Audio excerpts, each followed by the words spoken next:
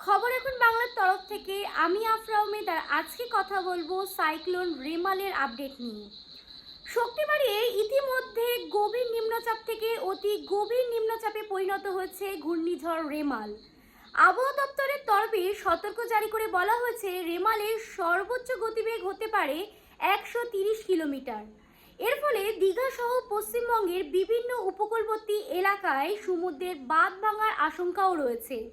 তবে সবচেয়ে বেশি ক্ষতির আশঙ্কা রয়েছে দক্ষিণ 24 পরগনার উপকূল এলাকায়। গভীর নিম্নচাপ থেকে ঘূর্ণিঝড়ে পরিণত হয় এবং আগের অনুমান অনুসারে খুব কম শক্তি নিয়ে আগামীকাল সকাল 11টা থেকে পরবর্তী 12 ঘন্টায় সুন্দরবনের স্বাগতিক সংলগ্ন অংশ ও বাংলাদেশের খেপুপাড়ার মধ্যভাগ দিয়ে সাইক্লোন রেমাল স্থলপথে প্রবেশ করবে। স্থলপথে প্রবেশ করার মুহূর্তে বাতাসের সর্বোচ্চ গতিবেগ ঘন্টায় 120 থেকে 130 কিলোমিটার প্রতি ঘন্টা থাকার সম্ভাবনা।